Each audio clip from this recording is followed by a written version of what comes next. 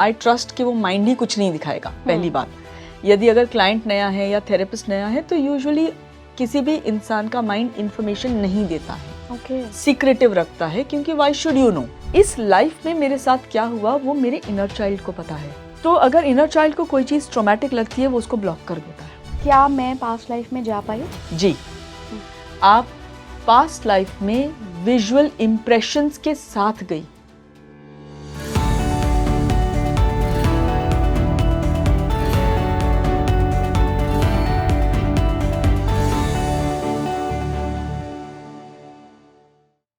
नमस्कार इंडिया, आप देख रहे हैं स्पीकिंग ट्री और मैं हूं आपके साथ इला गोस्वामी। देखिए, आज हम पास्ट लाइफ रेग्रेशन थेरेपी को समझेंगे इस एपिसोड के ज़रिए। क्या होती है ये थेरेपी और लाइव एग्जाम्पल आज इस एपिसोड में आपको मिलेगा। हमारे साथ मौजूद हैं बहुत ही famous past life regression therapist doctor Asha Warrier. बहुत बहुत स्वागत है मैम आपका स्पीकिंग ट्री पर। Thank you Ila. सबसे पहले मैम बहुत बहुत थैंक यू, क्योंकि जनरली ये ऐसी थेरेपी है जो कि कैमरा पे दिखाना बहुत मुश्किल हो जाती है। फिर आपको वॉलंटियर जो होता है वो सेलेक्ट करना एंड उसका ट्रस्ट बिल्ड करना, बहुत सारी डिफ़िकल्टीज़ एंड बहुत सारे नियम हैं। तो आप मानिए इसके लिए, उसके लिए मैं थैंक यू बोलूँगी आपको। Thank you. और एक डिस्क्लेमर मैं अपने दर्शकों को देना चाहती हूँ, ये एक बहुत ही सीरियस थेरेपी है, तो इसको कभी भी बिना प्रोफेशनल ट्रेनर के घर पर मत ट्राई करिएगा और देखभाल कर किसी भी ट्रेनर से ये थेरेपी लीजिएगा, क्योंकि कुछ गलत असर भी हो सकते हैं, माइंड में वो इम्प्रेशंस भी आ सकते हैं जो आपके लिए सही नहीं हो।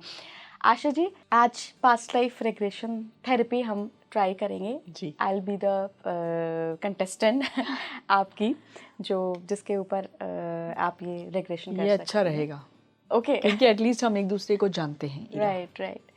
तो थोड़ा सा मैं उसका हिस्ट्री जानना चाहती हूँ कि आप क्या क्या आज करने वाले हैं, कैसे करेंगे, क्या हम हिप्नोसिस का यूज़ करेंगे या कैसे रहेगा ये? रिग्रेशन के लिए दो तरीके हो सकते हैं। एक होता है हिप्नोटाइज करके फिर क्लाइंट को एक सजेस्टेबल स्पेस में ले जाना। सजेस्टेबल यानी जो थेरेपिस्ट होता है वो सजेशन देता है कि अब आप ये देखिए, जैसे कि गार्डन देखिए या घर देखिए, व्हाटएवर, इट्स अ सजेशन। लेकिन उससे हमें ट्रांस बिल्ड करना पड़ता है। एंड क्लाइंट कई बार ये भी फील कर सकता है कि मैं तो वही कर रहा हूँ जो थेरेपिस्ट कह रहे हैं। एंड ऐसा भी हो सकता है कि I am not feeling it, लेकिन थेरेपिस्ट कह रहे हैं इसलिए मैं कर रहा हूँ या कर रही हूँ। रिग्रेशन थेरेपी हिप्नोथेरेपी के बिल्कुल विपरीत है इन इट्स डेप्थ। यानी कि क्लाइंट डिसाइड करेगा कि मैं कहाँ पे और कैसे और क्या इमेजिन करना चाहता हूँ। मैं ये शब्द यूज़ कर रही हूँ इमेजिन, लेकिन इसको हम विजुअलाइजेशन भी कह सकते हैं। विजुअल क्लाइंट के अपने स्पेस में आ रहा है और थेरेपिस्ट उस विजुअल को फॉलो करते हैं। तो जो मैं आज करने वाली हूँ वो रिग्रेशन बेस्ड है, विच मीन्स आप होंगी तो मैं जैसे आपसे कहूँगी कि इला जी जस्ट आप कंफर्टेबल हो जाइए और आंखें बंद करके एक कोई अच्छी कंफर्टेबल जगह इमेजिन करिए। उसके बाद जो इशू होगा उसको हम अनाउंस करेंगे to the mind. That's how we will go. ठीक है, तो स्टार्ट करते हैं आशा जी। जी। और देखिए, एक चीज़ पे फिर से दोहराऊंगी, ये बहुत गंभीर सब्जेक्ट है, क्योंकि जिन लोगों को प्रॉब्लम होती है उनके लिए एक्चुअली ये बहुत हेल्पफुल भी रहती है थेरेपी। एंड अगेन आज का जो हमारा टॉपिक होगा, मैंने और आशा जी ने पहले ही डिसाइड कर लिया था कि हम मेरे किसी ऐसे पास्ट लाइफ के बारे में जानेंगे जहाँ पे किसी हिडन टैलेंट के बारे में पता चले, तो ये ज़्यादा सेफ ऑप्शन रहेगा। क्योंकि आपने जैसे कहा बिल्कुल सही कि पर्सनल चीज़ें होती हैं ये, और मेरे लिए बहुत टफ था ये डिसीजन करना कि हाँ चलिए इसको हम दर्शा देते हैं दर्शकों के लिए। क्योंकि कई बार होता है कि कोई बहुत एक्साइटेड होके चलो ये हम कर लेते हैं, ये इतना इजी नहीं है। मतलब मेरे लिए मैं ये कहूँगी 20 साल से प्रैक्टिस चल रहा है, तो at least I can hold the energy. लेकिन कोई नया पर्सन है तो आपको नहीं पता कि माइंड, एक तो आई ट्रस्ट कि वो माइंड ही कुछ नहीं दिखाएगा। पहली बात, यदि अगर क्लाइंट नया है या थेरेपिस्ट नया है तो यूजुअली किसी भी इंसान का माइंड इंफॉर्मेशन नहीं देता है, सीक्रेटिव रखता है, क्योंकि व्हाई शुड यू नो। पहली बात। दूसरी बात, यदि हम इसको स्टूडियो में नहीं करेंगे और प्राइवेट क्लिनिक में करेंगे, शायद आप बहुत डीप भी जा सकते हो, क्योंकि आपको भी पता है कि this is only between me and my therapist. लेकिन if it is between me, my therapist and hundreds of people तो माइंड भी उसको लॉक करेगा। इसीलिए हमने डिसाइड किया कि हम हिडन टैलेंट के बारे में अच्छी थेरेपी करेंगे। जी। तो चलिए स्टार्ट करते हैं आशा। ठीक है जी, चलिए। अभी मैं लेट गई हूँ एंड आशा जी यहाँ पर बैठ गई हैं, जो हमारी पोजीशन है आप देख सकते हैं। और अब हम स्टार्ट करते हैं सेशन। और सेशन हम इस पे कर रहे हैं कि टू गोइंग मतलब trying to find a life जहाँ पे आप मेडिकल प्रोफेशन से जुड़ी हुई थी या लोगों की हीलिंग से जुड़ी हुई थी, ठीक है। सो अपनी आंखें बंद करके आराम से लंबी गहरी सांस लीजिएगा। हर सांस के साथ अपने आप को अनुमति दीजिए कि आप अपने ही सबकॉन्शियस माइंड में धीरे धीरे और गहरे उतरते चले जाएं। और अब एक लंबी गहरी सांस लेके इमेजिन करिए कि आप किसी ऐसे कमरे में हैं जो आपके लिए अपना रिलैक्सिंग कंफर्टेबल कमरा है। आपके घर में हो सकता है, ऑफिस में हो सकता है। और जब ऐसा कमरा आपको समझ आए या नजर आए, प्लीज डिस्क्राइब करिएगा कैसा कमरा है ये।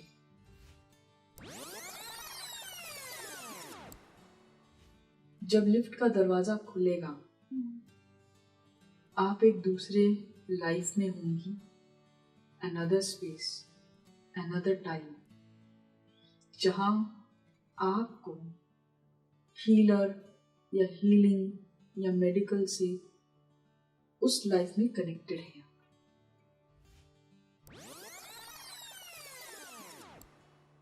चाइनीज लोग खड़े हैं पीछे, छोटी बना के हैं, वो बहुत सुंदर सा ताबूत है, वो गोल गोल गोल गोल घूम रहा है और उसके अंदर मैं उसके अंदर आपको इन सभी इमेजेस का हीलर होने से क्या ताल्लुक है, मेडिकली अट्रैक्ट होने से क्या ताल्लुक है।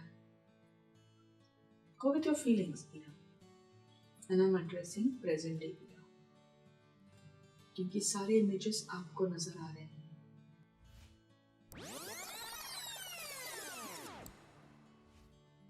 And when I say 1, 2, 3, 4, 5, you will be yourself again in this space. Okay, you'll open your eyes. ठीक है? 1, 2, 3, 4, 5. Eyes open, wide awake.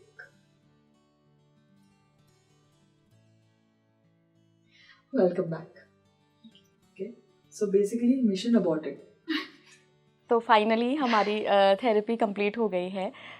मुझे याद है, मैं पहले अपना एक्सपीरियंस थोड़ा सा बताती हूँ आशा जी। मुझे याद है कि मैंने क्या क्या विजन्स देखे। बहुत सारे विजन्स मुझे याद हैं, लेकिन उसका एनालिसिस ऑफ कोर्स आप एक्सपर्ट हैं आशा जी, तो आप करेंगी। आपको हम सिर्फ ग्लिम्पसेस में वो क्लिप इसलिए हमने दिखाई क्योंकि पूरा अगर हम दिखाते तो उसमें मेरे रेग्रेशन में मैंने क्या देखा उसमें आपको इंटरेस्ट नहीं होता।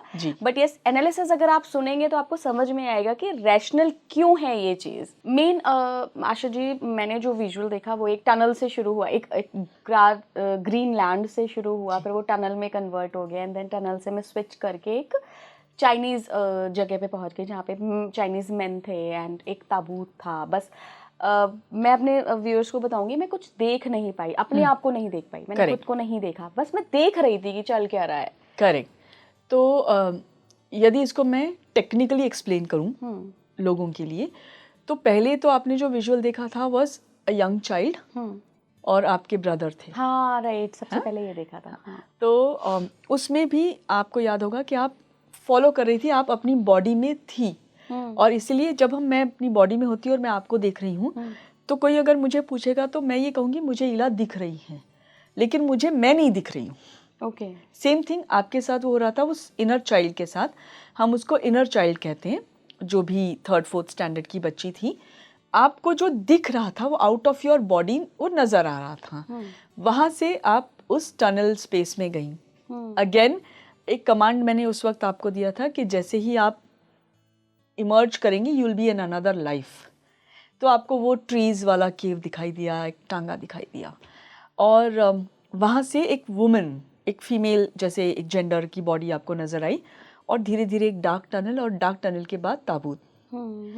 एंड जैसे हमने बाद में डीब्रीफ में बात किया कि डार्कनेस ये आपके लिए एक चैलेंज है, राइट, एक चैलेंज है।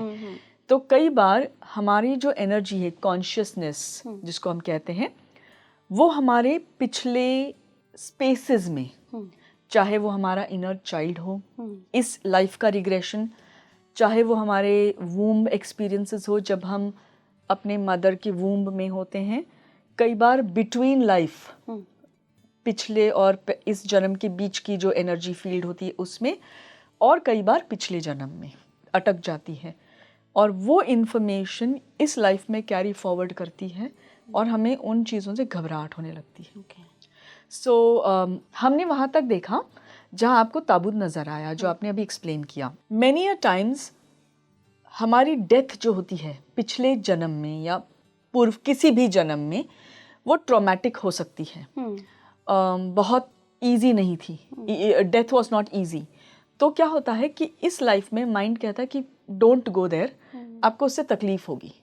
हमारा जो सबकॉन्शियस माइंड है वो हमें खुशहाली से लाइफ के एक्सपीरियंसेस देने में लगा रहता है। तो अगर कुछ ट्रॉमेटिक है तो आप नोटिस करेंगे कि हम उसे ब्लॉक कर देते हैं या हम उसको इग्नोर करते हैं, या मोस्टली हमें एडल्ट्स या एल्डर्स कहते हैं कि छोड़ो, भूल जाओ, आगे चलो। तो हम अपने पिछले जन्मों को भूल चुके हैं एंड देयरफॉर माइंड उसको इतने इजीली वेकअप नहीं करता अनलेस इस लाइफ में इस वक्त उसकी ज़रूरत है।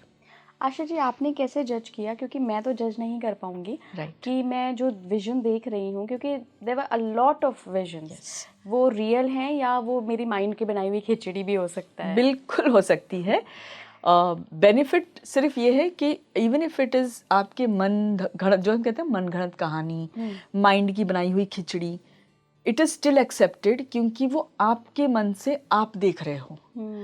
यू नो, थेरेपिस्ट नहीं आपको बताएगा क्या करना है। तो यदि आपको कोई थेरेपिस्ट ये कहता है कि आप इमेजिन करो एक गार्डन है, गार्डन के बाद झूला है, झूले में आप बैठे हो, अब आप इसको देखिए, मैं व्यूअर्स को ये बताना चाहती हूँ that is a suggestion based therapy. गलत नहीं है पर सजेशन बेस्ड है।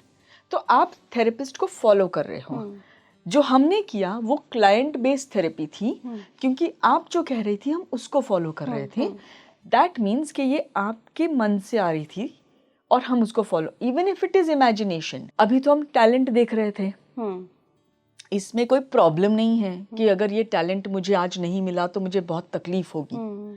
लेकिन जब इंसान या कोई व्यक्ति हमारे पास किसी इशू, किसी प्रॉब्लम से आता है, then the mind gives information how to solve the problem. तो even if it is an imagination, as a therapist मुझे फर्क नहीं पड़ता, ना ही क्लाइंट को हम वो फर्क पड़ने देते हैं, क्योंकि इवेंचुअली आपके माइंड ने एक इमेजिनेटिव तस्वीर दी है जिससे कि आपका प्रॉब्लम रिजॉल्व हो गया। एक्चुअल कॉन्ट्रैक्ट क्या है, प्रॉब्लम रिजॉल्व कैसे करूं? Right, of course. Problem resolve हो गया, इट डजंट मैटर। लेकिन जब हम सिखाते हैं तो कई बार स्टूडेंट्स इसको प्रैक्टिस में लेते हैं, तो it is information coming from the mind. वो भी सोचते हैं कि इमेजिन कर रही हूँ, मैंने भी सोचा था व्हेन आई वाज लर्निंग, मैंने भी सोचा पता नहीं ये इमेजिनेशन है या नहीं, एक आध बार।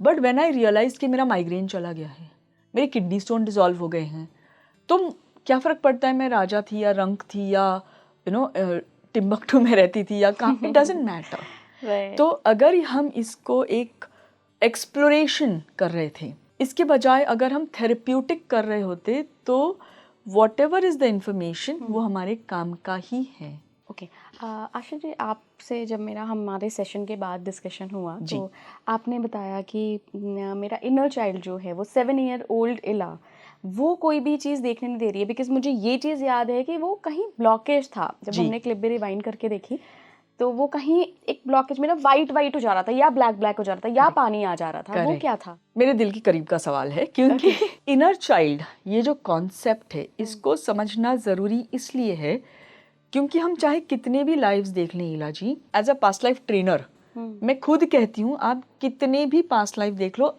ये लाइफ इंपॉर्टेंट है क्योंकि आप यहाँ जिंदा हो। एग्जैक्टली।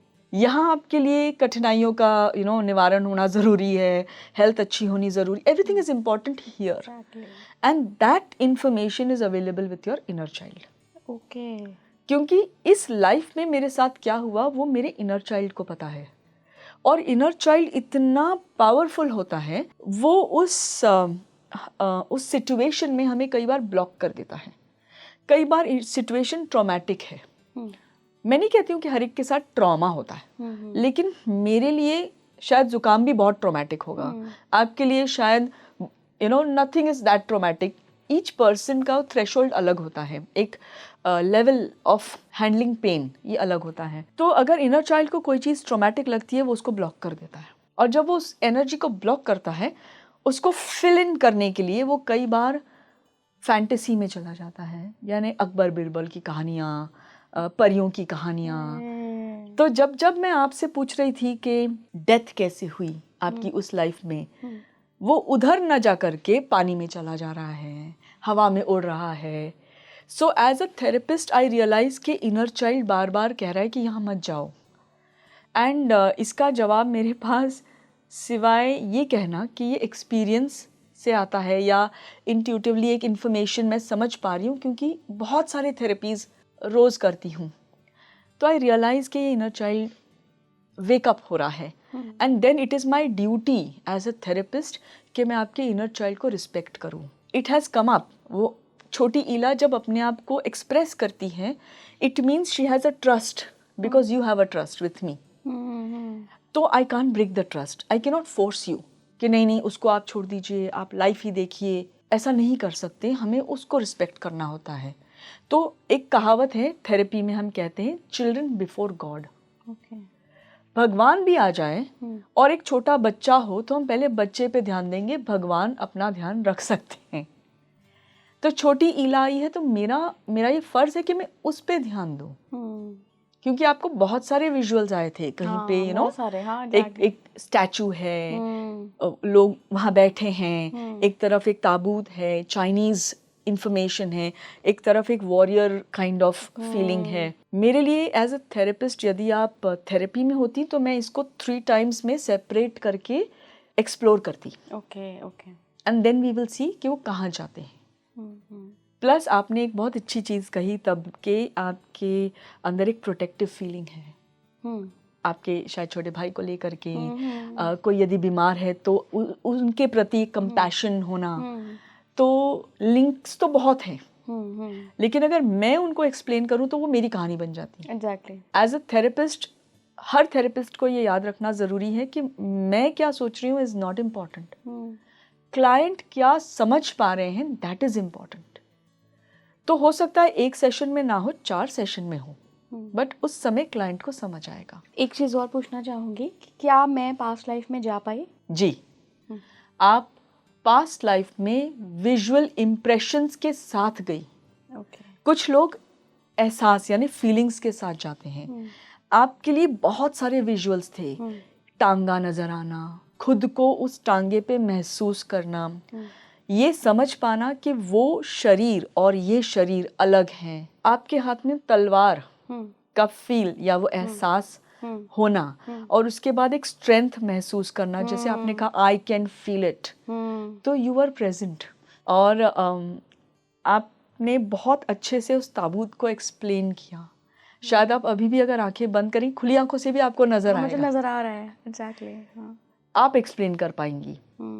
आपने कुछ व्यक्तियों को इतने खूबसूरती से डिस्क्राइब किया। अब मैं एक सवाल पूछूंगी, उसका जवाब भी देती हूँ, क्योंकि ये बहुत कॉमन सवाल है इन थेरेपी। लोग कहते हैं कि हो सकता है मैंने कोई फिल्म देखी हो। मैं पूछने ही वाली थी कि वाइकिंग भी हो सकती है।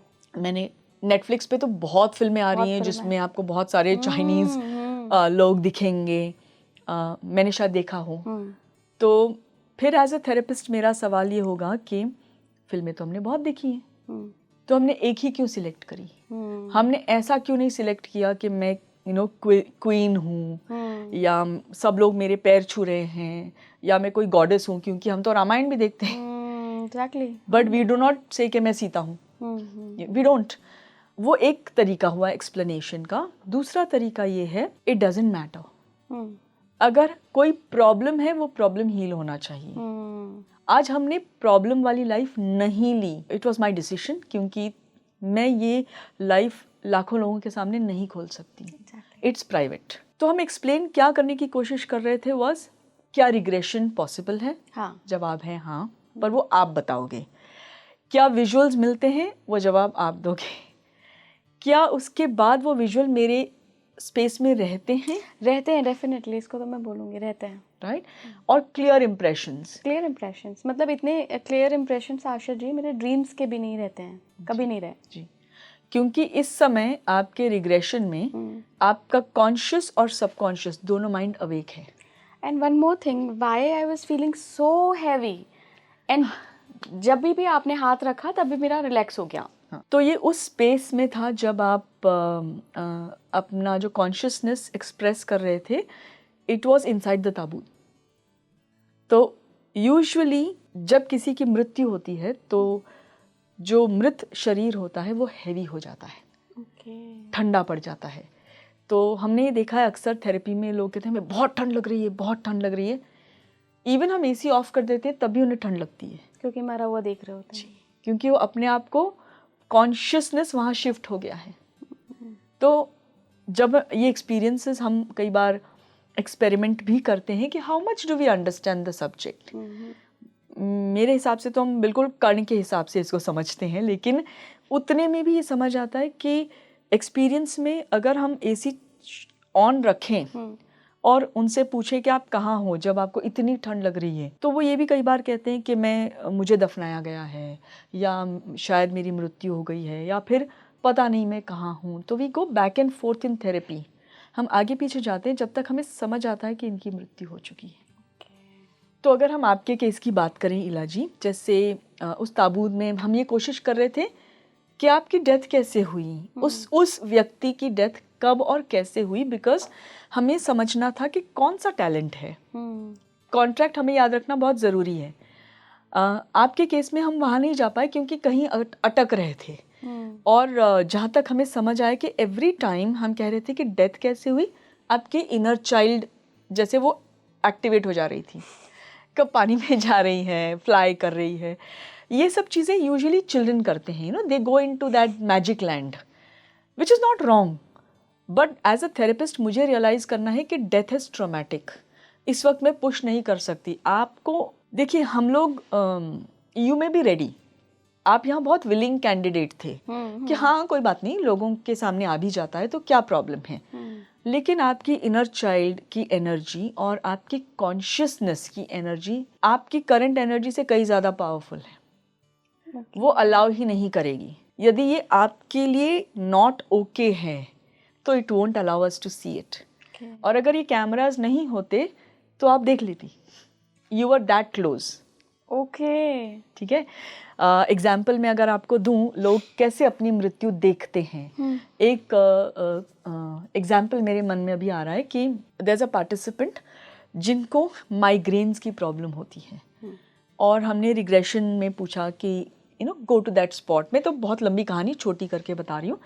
गो टू द स्पॉट के जब ये पहली बार आपका जो हेड है वो स्प्लिटिंग हेडेक जिसको बोलते हैं, लोग कहते हैं सकता आधा सर फट रहा है मेरा, ये हम बहुत कॉमनली यूज़ करते हैं। तो सिंपली हम कहते हैं कि ठीक है, गो टू दैट स्पॉट जब पहली बार आपका सर फटा एक्चुअली, और इतनी ज़ोर से वो चिल्लाई, ओके, क्योंकि उनके सिर पे एक कुल्हाड़ी जैसे मारी गई थी, उससे उनकी डेथ हुई। तो she was able to see that कुल्हाड़ी, पूरा ऐसे खून बह रहा है फेस में, और उनका ध्यान कहीं और है, वैसे हाथ जैसे कि ना एक्सटेंड करके इन थेरेपी शी स्क्रीमिंग, और as a therapist I am holding the space and मैं कह रही हूँ क्या हो रहा है। बिल्कुल अलाइव हो गया है वो सीन, और वो कह रही है मेरा बच्चा। okay? तो हमने पूछा कि where are you, what is, जो हमारे सवाल होते हैं। कहानी ऐसे खुली कि she is a slave in, जैसे अफ्रीकन कहीं पे वो खेतों में काम जैसे मजदूर हुआ करते थे, बंधुआ मजदूर। ये एक छोटी बच्ची थी, वहाँ से वो बड़ी हुई कुछ 18-20 साल की होगी जब ये डेथ हो रही है। तो जब ये 16 साल की होती है, इसका बच्चा है, बेटा है, और जो काम करवाते हैं ठेकेदार, हाँ, वो ऐसे हॉर्स बैक पे वो पर्सन है कि सब लोग काम करो, ऐसे चाबुक से लग रहा है, कोई लोग पनिश हो रहे हैं कुछ लोगों को। और ये जो लड़की है, ये जब इसका बेटा हुआ उसके बाद ये थोड़ी अग्रेसिव हो गई कि मैं ये नहीं करूँगी, मैं वो नहीं करूँगी। तो अक्सर इसे मारा जाता था, मारा पीटा जाता था काम कराने के लिए। और जब लास्ट इसने देखा ये वाला सीन, तो 2.5-3 साल का बेटा है, और ये लड़की जो है अपने अग्रेसिव कह रही कि मेरा बेटा भूखा है, मैं पहले खाना खिलाऊंगी फिर काम करूँगी, और इसके पैरों में चेन बंधी हुई है। तो ये जब करे तो वो उसको चेन से खींच रहे कि तुम काम करो, और जब वो नहीं मानती उस एंगर में वो फाइट बैक करती है। जैसे उसने बताया उसमें कि मैं बिल्कुल डिफाइंट, मैं नहीं करूँगी, मेरा बच्चा। तो उसे जब मारने लगते हैं तो गलती से कुल्हाड़ी सर पे लगती है और उसके कारण इट्स लाइक सर फट गया, खून बह रहा है, पर माँ की जो एनर्जी है वो बॉडी से जो सोल एनर्जी निकल के बच्चे के साथ अटैच हो गई। तो इन हर स्पेस वो अभी भी कहीं जी रही है। ओके।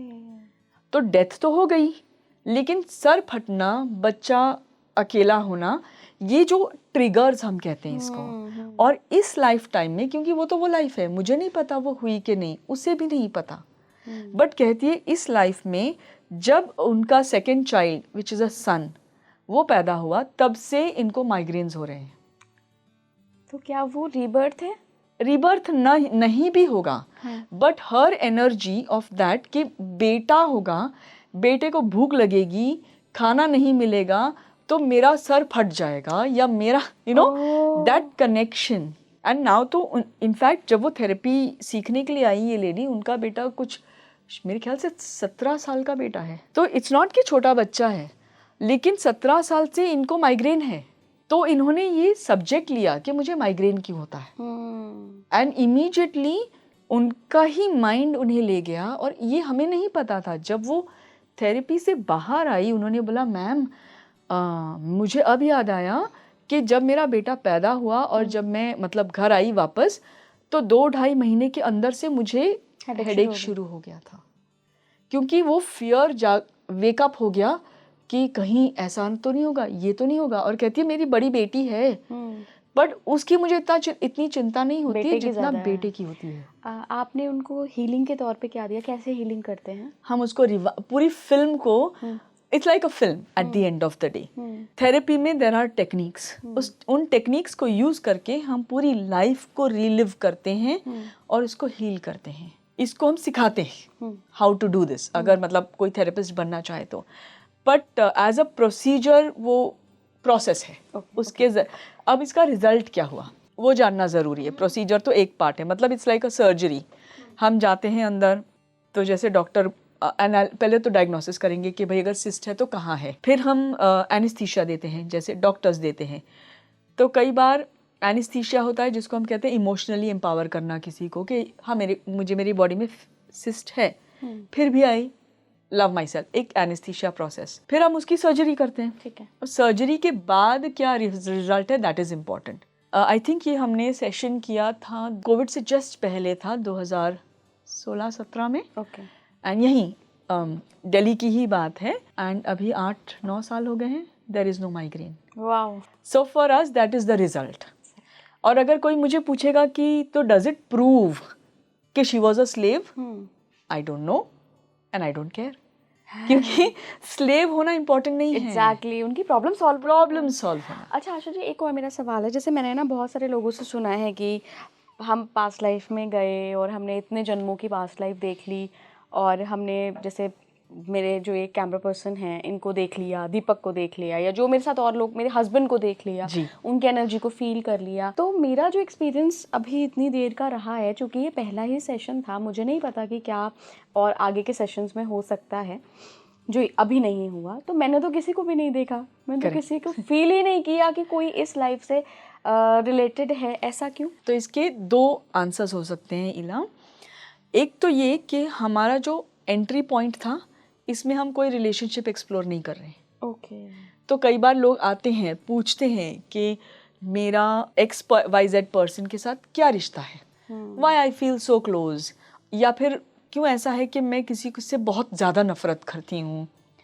उस समय हम कई बार उनके इमेजेस, इंप्रेशंस देखते हैं, बट इट डजंट मीन कि that is the person.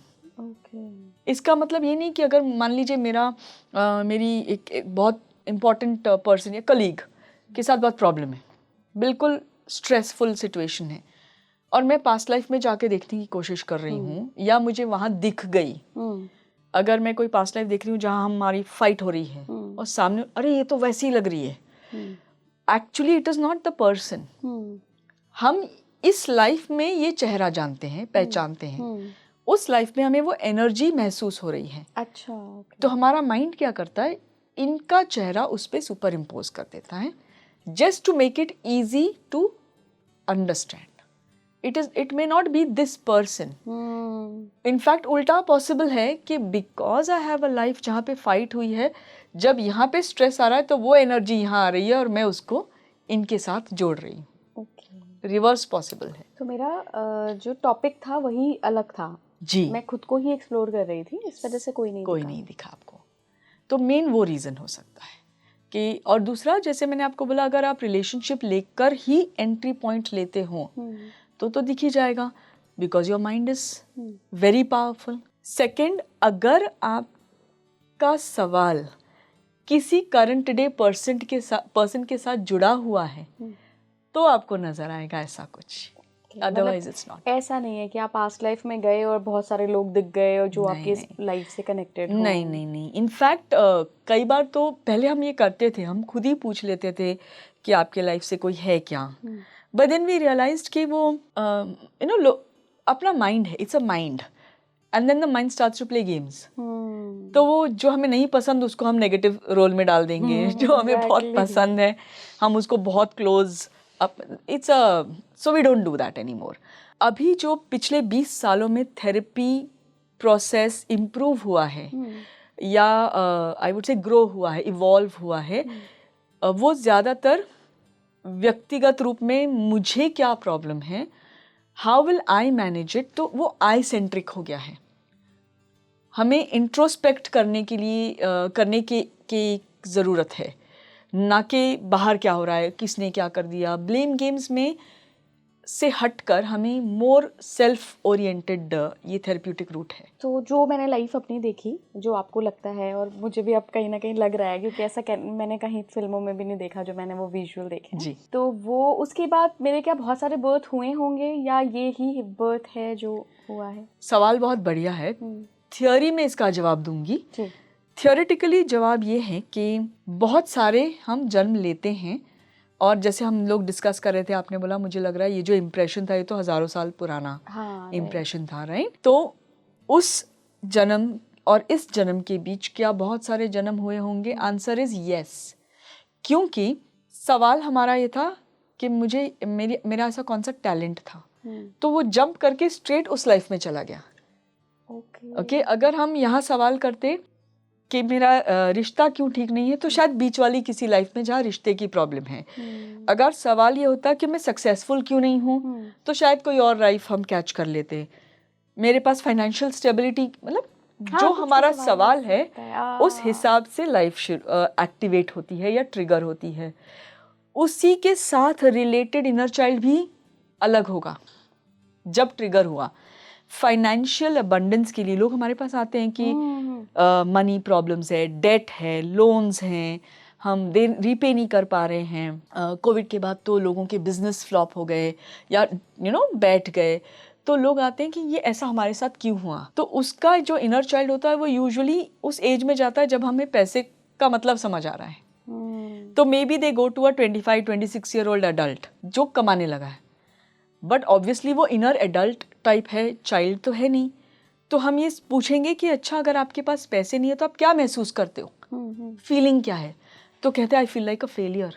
Then I will ask, पहली बार इस लाइफ में फेलियर कब लगा आपको? तो कहेंगे जब मैं 4 साल का था, 3 साल का था, 2 साल का था।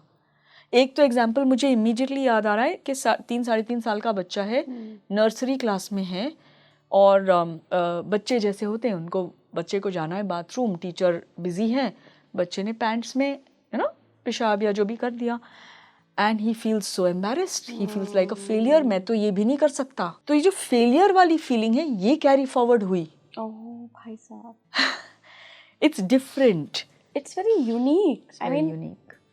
एंड आप इमेजिन भी नहीं कर सकते फाइनेंस में फेल होना और नर्सरी स्कूल में फीलिंग लाइक अ फेलियर। तो इनर चाइल्ड वर्क मेरे हिसाब से बहुत ज़्यादा इम्पॉर्टेंट है टू हील योर सेल्फ। अच्छा आशा जी, कितना यूजुअली टाइम लगता है किसी को भी ट्रांस के थ्रू पास्ट लाइफ या उसके इनर चाइल्ड में ले जाने में? आपका मन, आपका माइंड कितना रेडी है to find the answer. Okay. तो इमीडिएटली भी हो सकता है, विद इन सेकेंड्स।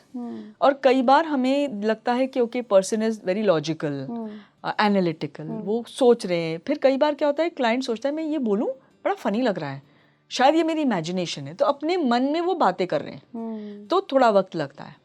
तो हम क्या करते हैं, थेरेपी में ले जाने से पहले हम उनको प्रिपेयर करते हैं। ओके, जैसे आपने मेरे से बात जी, की थी सारी। प्रिपरेशन ज़रूरी है। सर्जरी कोई भी डॉक्टर उठा के आपको सीधे काट पीट नहीं करेगा, वो पहले प्रेप करते हैं। तो हम पहले डायग्नोसिस करेंगे कि किस वजह से आपको थेरेपी करनी है, फिर हम आपको प्रिपेयर करेंगे, फिर हम आपको एक प्रॉपर सेटअप में वी विल वर्क। इससे मुझे एक इंसिडेंट याद आता है। इनफैक्ट आई थिंक जितने अगर थेरेपिस्ट सुन रहे होंगे तो वो सब हंसेंगे, बिकॉज ये हम सबके साथ होता है। यदि हम किसी फ्लाइट पे हैं, पार्टी में हैं, और किसी को बोलें अगर कि मैं पास्ट लाइफ थेरेपिस्ट हूँ या रिग्रेशन थेरेपिस्ट हूँ, ओ वेरी गुड, आप मेरा रिग्रेशन करा दीजिए ना। तो मुझे लगता है पार्टी में रिग्रेशन कैसे करूँ? It's like surgery. अगर मैं किसी कार्डियोलॉजिस्ट को मिलूं, ब्रेन सर्जन को मिलूं, तो मैं कभी डाल दो जरा। हाँ एग्जैक्टली, कि बैठे हो तो लगाई दो, तब तो हम बिल्कुल हम कहेंगे नहीं डॉक्टर से हमें दूर रखो, नॉट फॉर एनीथिंग एल्स, कि मेरे शरीर में कोई तकलीफ ना हो। But when it comes to esoteric science, metaphysical science, occult sciences, हम इसे बहुत लाइटली लेते हैं। क्या बैठे हो तो चलो कर दो मेरा रिग्रेशन, कि ऐसे नहीं होता भाई। इसको आप हमें प्रॉपर प्लानिंग से, और आपका मन, आपका शरीर हम प्रिपेयर करते हैं फॉर सर्जरी, आपका मन भी तो रेडी हो फॉर थेरेपी। बिल्कुल। देखिए, आपको बताना चाहूँगी, मैंने ये रिग्रेशन इसलिए लिया क्योंकि एक तो आइडिया ये था कि पता चले कि रिग्रेशन थेरेपी कैसे होती है। दूसरा, आशा जी को मैं लगभग 7 ईयर्स से जानती हूँ, तो एक ट्रस्ट बिल्ड था इनके लिए कि हाँ, अगर मैं करवा रही हूँ तो मैं सही हाथों में हूँ, और वो बहुत ज़रूरी है इस थेरेपी के लिए। जी एब्सोल्युटली। तो और कुछ आप अगर बताना चाहते हो हमारे यूजर्स को कि थेरेपी में और क्या क्या होता है, कैसे उनके लिए बेनिफिशियल हो सकती है ये? एग्जैक्टली वही मैं सोच रही थी कि ये तो चलो एक चीज़ हो गई कि आपने बहुत वेरी काइंडली आपने एग्री किया कि चलो इसको करते हैं, और मैं बहुत डर डर के कर रही थी क्योंकि एनर्जी जो होती है ना इला जी, ये ऊर्जा, शरीर हमारा जो ऑरा है, ये हम एक्सपैंड भी कर सकते हैं, इसको हम कॉन्ट्रैक्ट भी कर सकते हैं। आज हम दोनों बैठे हैं, हम बहुत कंफर्टेबली बैठे हैं क्योंकि हम एक दूसरे को जानते हैं। अगर कोई स्ट्रेंजर है, आप कहीं ट्रैवल कर रहे हो और आपको वाइब अच्छी नहीं आ रही है, जिसको हम कहते हैं नॉट गेटिंग गुड वाइब्स, तो हम कैच करते हैं उसको, तो हम अपने ऑरा शरीर को कॉन्ट्रैक्ट कर लेते हैं। We don't want to interact. तो इसी तरह से जब हजारों लोग अपनी एनर्जी फील्ड से इस चीज को देखते हैं, as a therapist it is my duty to not to keep your boundary. तो मैं भी नहीं चाहती कि आपकी हर चीज यहाँ खुले, एंड देयरफॉर कहीं कहीं पे इमेज आके वो रुक रहा है। It's a space holding. अगर हम ये अपने थेरेपी क्लिनिक की प्राइवेसी में करेंगे तो आप बहुत ब्यूटिफुली इसी थेरेपी को करोगी। तो अगर किसी को रिग्रेशन थेरेपी एक्सपीरियंस करना है तो आई रिक्वेस्ट कि पहले तो आप अपने थेरेपिस्ट से बात करिए, इवन ओवर द फोन। जब आप फोन पे बात करोगे आपको एक कंफर्ट लेवल समझ आएगा। कई बार लोग हमसे पूछते हैं कि भाई आपके पास इंदौर में थेरेपिस्ट है, चेन्नई में, मतलब इंडिया में कई दूसरे शहर में हमारे पास आते हैं कॉल्स, ऑफिस में आते हैं, तो वो पूछते हैं। तो व्हाट आई डू इज़ कि अगर मुझे पता है, मैं 2-3 नंबर्स दे देती हूँ, मैं कहती हूँ आप बात करिए उनसे, you will know. Okay, therapist और क्लाइंट का जो ये इक्वेशन है ये भी कार्मिक है। आप उस पर्सन के पास जाओगे जो आपको हेल्प कर सकता है, क्योंकि आप केवल एक शरीर नहीं हो ना, आपके अंदर एक बहुत खूबसूरत सी आत्मा है, एक सोल एनर्जी है जो आपको गाइड कर रही है कि इस चीज़ का आंसर आपको अपने पास्ट लाइफ में मिलेगा। तो आप उस व्यक्ति को ढूंढिए जिसके साथ आप कंफर्टेबल हैं। बिल्कुल।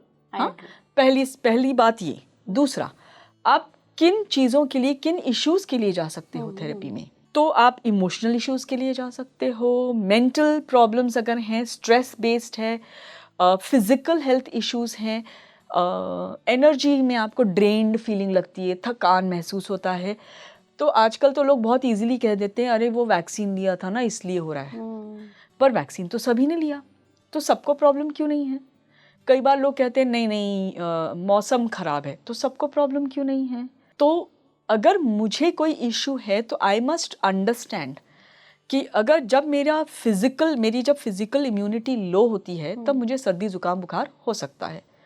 मेरी इमोशनल इम्यूनिटी लो है तो मुझे मेंटल स्ट्रेस होगा एंड इवेंचुअली वो स्ट्रेस मेरे बॉडी में नजर आएगा। फिजिकल शरीर के लिए अगर कोई प्रॉब्लम में अगर कोई हेल्थ इशू है, इलनेस है, then I will request my clients, जब मैं कहती हूँ पहले आप मेडिकल एक टेस्ट करा लो, रिपोर्ट कराओ, अपने डॉक्टर से कनेक्ट करो। We are not medical practitioners, we are energy workers, we are healers in a different capacity, right. तो जब हम कोई आता है जैसे डायबिटीज़ है, हार्ट इश्यूज है, ब्लड प्रेशर है, वो मेडिकेशन पे हैं, तो हम नहीं कभी भी कहेंगे कि आप मेडिसिन छोड़ दो, वी विल हेल्प। अभी हम एक जैसे प्रोग्राम मैंने आपसे बताया था कि हम एक पायलट प्रोग्राम कर रहे हैं जिसको हम कहते हैं फिट फॉर लाइफ, जिसमें emotional, mental, physical, spiritual issues से हम डील करते हैं कि 15 मिनट हम डिस्कशन, टैपिंग एक टेक्निक है, उसको यूज़ करते हैं। और I have had results of people, they are able to sleep well, उनकी डायबिटीज़ की दवाई डॉक्टरों ने कम कर दी है, उनकी हार्ट इश्यूज में they are able to become more loving. मतलब ये अल्टरनेटिव थेरेपी हो सकती है कि आपको आराम मिल जाएगा। जी, इसको हम एक शब्द यूज करते हैं कॉम्प्लीमेंट्री हेल्थ, कॉम्प्लीमेंट्री, या क्योंकि ऑल्टरनेटिव का मतलब भी होता है ये मत लो ये करो, हम ये नहीं कह रहे। अच्छा, हम कह रहे हैं ये करिए, इसके साथ साथ इसको करिए, ओके, कॉम्प्लीमेंट, तो ये कॉम्प्लीमेंट करेगा। यानी अगर मेडिकेशन पे है तो जब आप अपने माइंड को काम करेंगे तो आपके ऊपर वो मेडिसिन का असर जल्दी होगा। बिल्कुल। Thank you so much Asha ji. Thank you. सबसे पहले तो कि आपने रेडी हुई आप रेगुलेशन थेरेपी देने के लिए, और दूसरा इतनी सारी इन्फॉर्मेशन आपने शेयर करी उसके लिए भी। आपसे बस एक ही मेरी रिक्वेस्ट है कि इसको प्लीज़ घर पर या किसी भी नौसिखिए के साथ ट्राई बिल्कुल मत करिएगा, बिकॉज़ मुझे अभी भी थोड़ा थोड़ा हेडेक हो रहा है। वो उन्होंने बताया था आशा जी ने कि एनर्जी होती है उसको थोड़ा सेटल होने में टाइम लगता है। बाकी कैसा लगा आपको एपिसोड हमें कमेंट बॉक्स में ज़रूर बताइए। अगर आपके कोई इशू हैं, कोई क्वेश्चंस हैं, कोई क्वेरी है तो आप कमेंट बॉक्स में पूछ सकते हैं। जुड़े रहिए स्पीकिंग ट्री के साथ। नमस्कार।